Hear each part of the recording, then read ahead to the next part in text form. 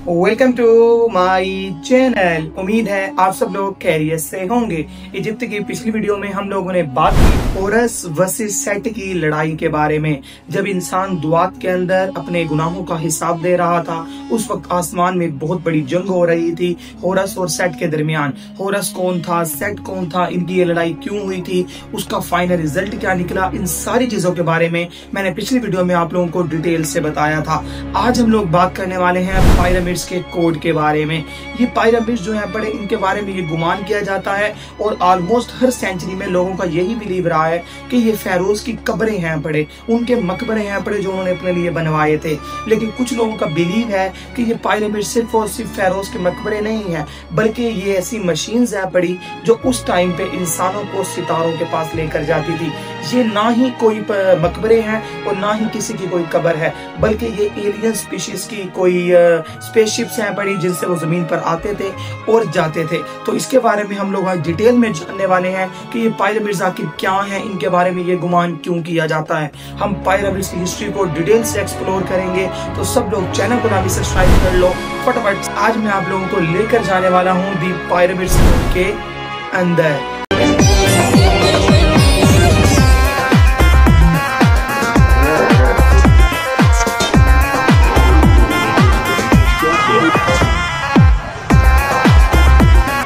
सबसे पहले अगर हम लोग इन पिरामिड्स के इम्पॉसिबल आर्किटेक्चर की बात करें तो दुनिया हैरान रह जाती है।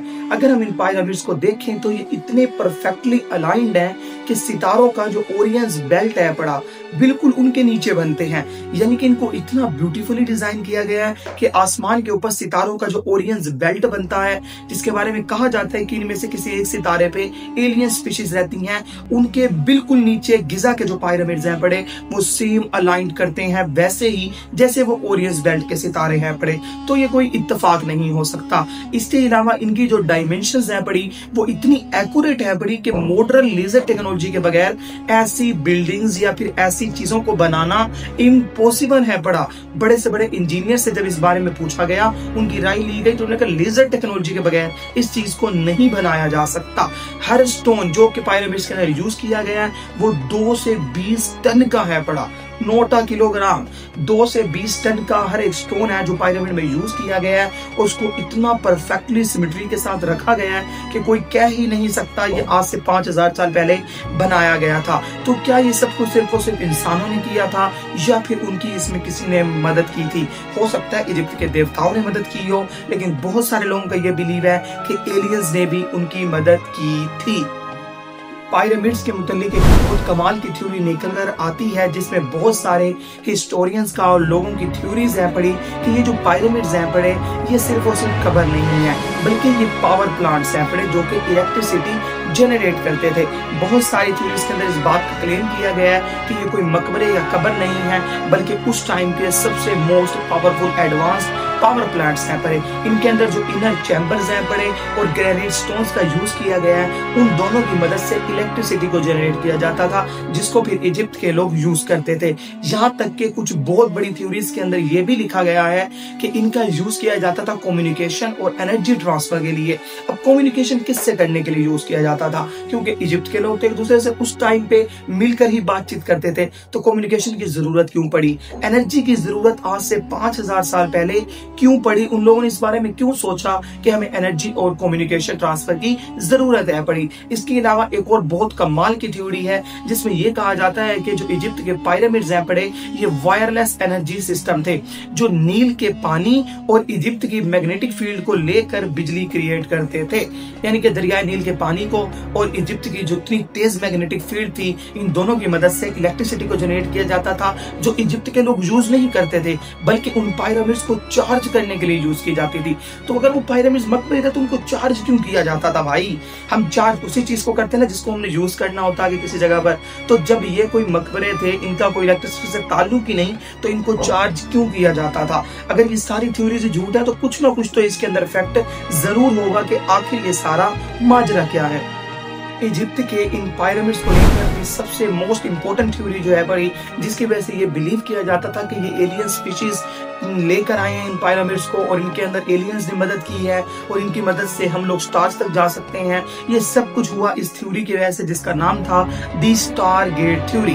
पिरामिड्स के अंदर कुछ हिडन शाफ्ट्स हैं बड़े, जो कि स्पेस के कुछ इंपॉर्टेंट स्टार्स की तरफ इशारे करते हैं। जब साइंटिस्ट ने इनको एक्सप्लोर किया तो उन्होंने इन शाफ्ट्स पर देखा कि कुछ हिडन पॉइंट्स लिखे हुए हैं, जिनकी मदद से अगर हम उन पॉइंट्स को मिलाएं तो एक सर्टेन स्टार की तरफ इशारा किया जाता है। आखिर उस स्टार की तरफ इशारा क्यों किया गया? इसके अलावा कहा जाता है कि बहुत सारे स्कॉलर्स का ये बिलीव है बड़ा कि ये जो पोर्टल्स हैं बड़े, ये जो शाफ्ट हैं जो स्टार्स की तरफ इशारा कर रहे हैं, इनकी मदद से जो इजिप्ट के फेरोज थे, ना सिर्फ उनकी रूह बल्कि जिस्म भी स्टार्स की तरफ ट्रेवल कर सकते थे। यानी कि पोर्टल्स, जिसको हम लोग कहते हैं टेलीपोर्टेशन, यानी एक जगह से दूसरी जगह चंद सेकंड में पहुंचना, ये पिरामिड्स वही काम करते थे फेरोज को इस दुनिया से स्टार्स की दुनिया में लेकर जाने के लिए। इसके अलावा एंशिएंट टेक्स्ट जो है बड़े, जो पिरामिड्स के अंदर हर पिरामिड में देखने को मिलता है, उसमें एक लाइन लिखी गई है जिसमें लिखा गया है the king ascends to the stars. तो अगर हम इसी चीज को यकीन माने और इस चीज को सच माने तो ये जो पिरामिड्स हैं बड़े, ये एक स्टारगेट टेक्नोलॉजी थे जो इंसान को हमारी जमीन से स्टार्स में यानी एलियंस की दुनिया में लेकर जाते थे। और आज भी ये टेक्नोलॉजी लॉक्ड है बड़ी। आखिर ये क्यों लॉक्ड है, उसको खुलेगी कैसे, इसके बारे में साइंटिस्ट अभी भी रिसर्च कर रहे हैं, लेकिन किसी को भी कोई आंसर नहीं मिला।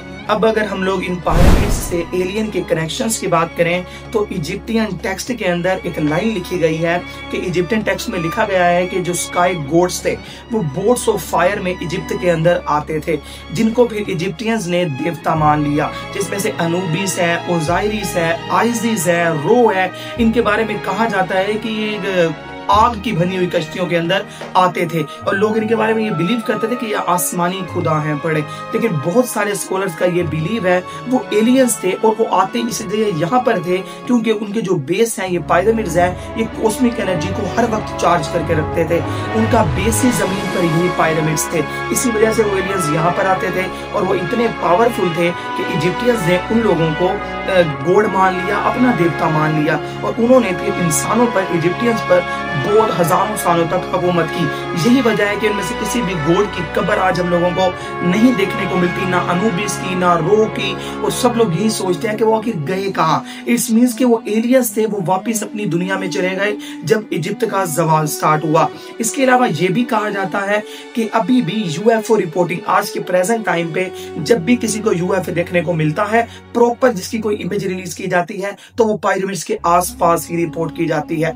ऐसा क्यों? दुनिया इतनी बड़ी है बड़ी, तो कहीं पर भी यूएफओ की रिपोर्टिंग मिल सकती है, लेकिन सबसे ज्यादा जहां पर यूएफओ देखने को मिलते हैं वो इजिप्ट का ही इलाका है। तो ये राज आज तक एक राज ही है, किसी ने भी इसको सोल्व नहीं किया। अब अगर हम लोग बात करें इन हिडन कोड की, जिसके ऊपर मैंने प्रॉपर वीडियो बनाई है, पिरामिड्स के अंदर जो कोड लिखे गए थे, हर पिरामिड के अंदर कुछ इंक्रिप्टेड कोड लिखे गए हैं जिनके बारे में कहा जाता है कि अगर हम इनको डीकोड करें तो पता चलता है कि उनके ऊपर जो नंबर्स लिखे गए हैं वो एग्जैक्टली मैच करते हैं आज की हमारी स्पीड ऑफ लाइट के नंबर्स से एंड हमारे अर्थ के रेडियस से। यार आज से 5000 साल पहले उन लोगों ने अर्थ का रेडियस कैसे निकाला, स्पीड ऑफ लाइट की एग्जैक्ट वैल्यू उनके पास कैसे आई? इसका मतलब ये है कि ये पिरामिड्स जो हैं पड़े, ये सिर्फ और सिर्फ कब्र नहीं थे, बल्कि ये कॉस्मिक कोड बुक है पड़े, ये यूनिवर्स का पूरा मैप अपने अंदर होल्ड करती हैं।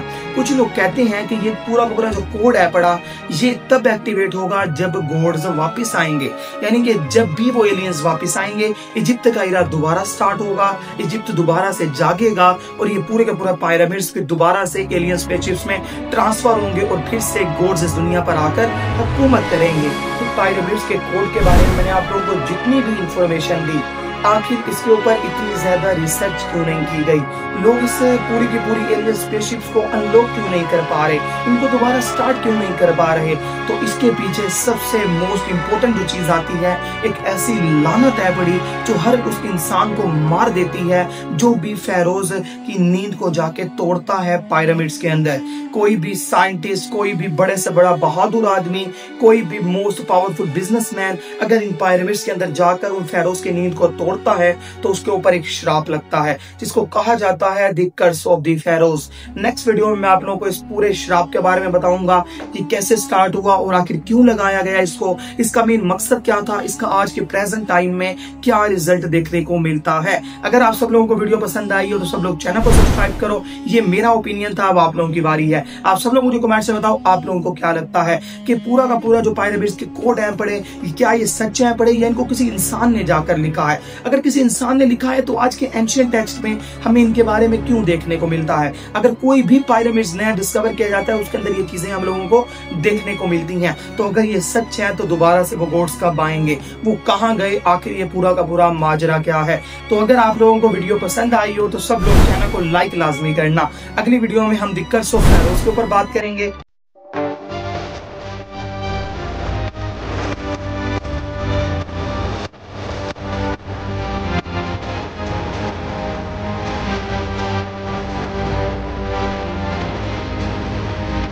तब तक के लिए अल्लाह हाफिज।